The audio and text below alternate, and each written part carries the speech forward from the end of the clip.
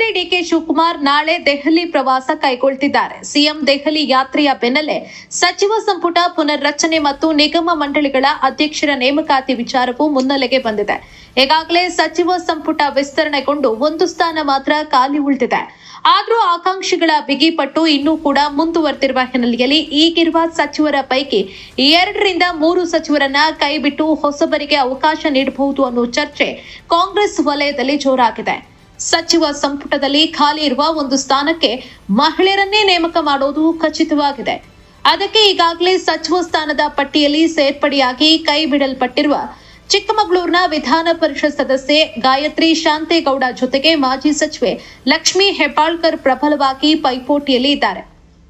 ಈ ಮಧ್ಯೆ ಬೆಂಗಳೂರಿನ ವಿಜಯನಗರ ಕ್ಷೇತ್ರದ ಶಾಸಕ ಎಂ ಕೃಷ್ಣಪ್ಪ ಸಚಿವ ಸ್ಥಾನಕ್ಕಾಗಿ ಪಟ್ಟು ಹಿಡಿದಿದ್ರೆ, ಬ್ಯಾಡಗಿ ಶಾಸಕ ಬಸವರಾಜ ಶಿವಣ್ಣವರ್ ಅವರಿಗೆ ಸಚಿವ ಸ್ಥಾನ ನೀಡಲೇಬೇಕು ಅಂತ ಮಾಜಿ ಮುಖ್ಯಮಂತ್ರಿ ಸಿದ್ದರಾಮಯ್ಯ ಒತ್ತಡ ಮುಂದುವರೆಸಿದ್ದಾರೆ.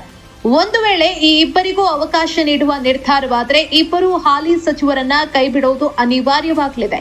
ಈಗಾಗಲೇ ಸಚಿವರಿಗೆ ಖಾತೆಗಳನ್ನ ಹಂಚಿಕೆ ಮಾಡಿ ಜಿಲ್ಲಾ ಉಸ್ತುವಾರಿ ಜವಾಬ್ದಾರಿಗಳನ್ನ ನೀಡಿರುವ ಕಾರಣ ಕಡಿಮೆ ಅವಧಿಗೆ ಕೈಬಿಟ್ರೆ ಅದು ಮತ್ತೆ ಅಸಮಾಧಾನಕ್ಕೂ ಕಾರಣವಾಗಲಿದೆ. ಆದ್ರೆ ನಮ್ಮ ಎಲ್ಲಾ ಸಚಿವರು ಮತ್ತು ಶಾಸಕರು ಪಕ್ಷದ ಶಿಸ್ತಿನ ಸಿಪಾಯಿಗಳು ಅಂತ ಮುಖ್ಯಮಂತ್ರಿ ಡಿಕೆ ಶಿವಕುಮಾರ್ ಇಂದು ಬೆಂಗಳೂರಿನಲ್ಲಿ ಹೇಳಿರೋದು ಕುತೂಹಲ ಕೆರಳಿಸಿದೆ.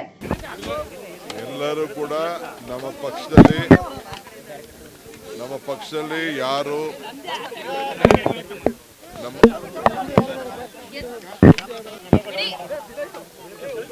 ಪಕ್ಷದಲ್ಲಿ ಯಾರು ಶಾಸಕರಿರ್ಬೋದು, ಮಂತ್ರಿ ಇರ್ಬೋದು, ಎಲ್ಲರೂ ಕೂಡ ಪಕ್ಷದ ಶಿಸ್ತಿನ ಸಿಪಾಯಿಗಳು.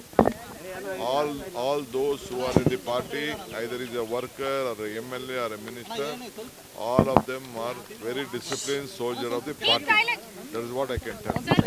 ಇದೇ ವೇಳೆ ಬಿಜೆಪಿ ಪಾದಯಾತ್ರೆ ನಿಗದಿಯಾದ ಬೆನ್ನಲ್ಲೇ ಸಚಿವ ಬಿ ನಾಗೇಂದ್ರ ರಾಜೀನಾಮೆಗೆ ಮುಂದಾಗಿದ್ದಾರೆ ಅನ್ನೋ ಸುದ್ದಿ ಬಲವಾಗಿ ಹರಿದಾಡ್ತಾ ಇದ್ದು, ಹೈಕಮಾಂಡ್ ಜೊತೆಗೆ ಮಾತುಕತೆ ನಡೆಸೋದಾಗಿ ನಾಗೇಂದ್ರಗೆ ಡಿಕೆ ಶಿವಕುಮಾರ್ ಭರವಸೆ ನೀಡಿದ್ದಾರೆ ಎನ್ನಲಾಗಿದೆ. ಆದರೆ ಸಚಿವ ನಾಗೇಂದ್ರ ಕಡೆಯಿಂದ ರಾಜೀನಾಮೆ ನೀಡುವ ಬಗ್ಗೆ ಮುಖ್ಯಮಂತ್ರಿಗಳ ಜೊತೆ ಯಾವುದೇ ಚರ್ಚೆ ನಡೆದಿಲ್ಲ ಅಂತ ಸ್ಪಷ್ಟಪಡಿಸಲಾಗಿದೆ. ಇದರ ಜೊತೆಗೆ ನಾಗೇಂದ್ರ ರಾಜೀನಾಮೆಯನ್ನ ಪಡೆದ್ರೆ ತೆರವಾಗುವಂತಹ ಸ್ಥಾನಕ್ಕೆ ಸಂಡೂರು ಶಾಸಕಿ ಅನ್ನಪೂರ್ಣ ತುಕಾರಾಂ ಅವರಿಗೆ ಅದೃಷ್ಟ ಕುಲಾಯಿಸುವ ಸಾಧ್ಯತೆಯೂ ಇದೆ ಎನ್ನಲಾಗ್ತಾ ಇದೆ.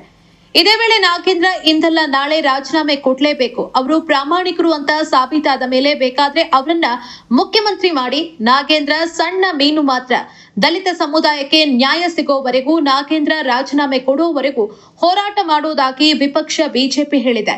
ಧ್ವನಿಯಾಗಿ ಇವತ್ತು ದಲಿತರ ಪರವಾಗಿ ಎಲ್ಲಿವರೆಗೂ ಹೋರಾಟವನ್ನು ಮಾಡಬೇಕು ಭಾರತೀಯ ಜನತಾ ಪಾರ್ಟಿ ಮಾಡೇ ಮಾಡ್ತದೆ.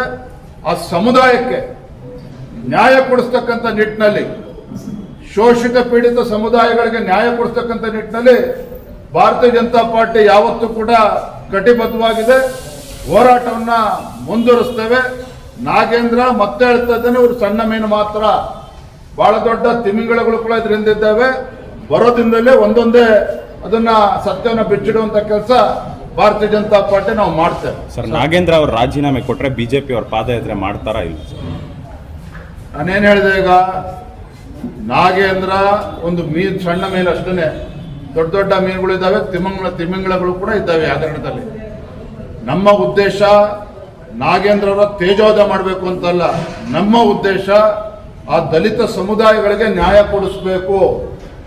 ಯಾವ ದಲಿತರ ಅಭಿವೃದ್ಧಿಗೆ ಮೀಸಲಿಟ್ಟಿರ್ತಕ್ಕಂಥ ಹಣವನ್ನ ಲೂಟಿ ಮಾಡಿದ್ದಾರೆ ಕಾಂಗ್ರೆಸ್ನವರು, ಆ ಹಣವನ್ನ ವಾಪಸ್ ಆ ಸಮುದಾಯಕ್ಕೆ ಸೇರಬೇಕು. ಆ ನಿಟ್ಟಿನಲ್ಲಿ ನಮ್ಮ ಹೋರಾಟ ಯಾವುದೇ ಕಾರಣಕ್ಕೂ ನಿಲ್ಲೋದಿಲ್ಲ. ನಾಗೇಂದ್ರ ಅವರ ರಾಜೀನಾಮೆ ಕೊಡೋವರೆಗೂ ಕೂಡ ನಮ್ಮ ಹೋರಾಟ ಮುಂದುವರಿತದೆ. ಮುಂದೆನೂ ಕೂಡ ಹೋರಾಟ ತೆಗೆದುಕೊಂಡು ಹೋಗ್ತೇವೆ. ಆದ್ರೆ ನಾಗೇಂದ್ರ ರಾಜೀನಾಮೆ ವಿಚಾರದ ಬಗ್ಗೆ ಸಚಿವರು ಯಾವುದೇ ಮಾಹಿತಿ ಇಲ್ಲ ಎಂದಿದ್ದಾರೆ. ಮತ್ತೊಂದೆಡೆ ನಾಳೆಯ ಸಿಎಂ ದೆಹಲಿ ಪ್ರವಾಸದ ಹಿನ್ನೆಲೆಯಲ್ಲಿ ಗೃಹ ಸಚಿವ ಪ್ರಿಯಾಂಕ ಖರ್ಗೆ, ಶಿಕ್ಷಣ ಸಚಿವ ಮಧು ಬಂಗಾರಪ್ಪ ಸೇರಿದಂತೆ ಸಚಿವರು ಡಿಕೆ ಶಿವಕುಮಾರ್ ನಿವಾಸಕ್ಕೆ ಭೇಟಿ ಮಾಡಿ ಚರ್ಚೆಯನ್ನ ನಡೆಸಿದ್ದಾರೆ.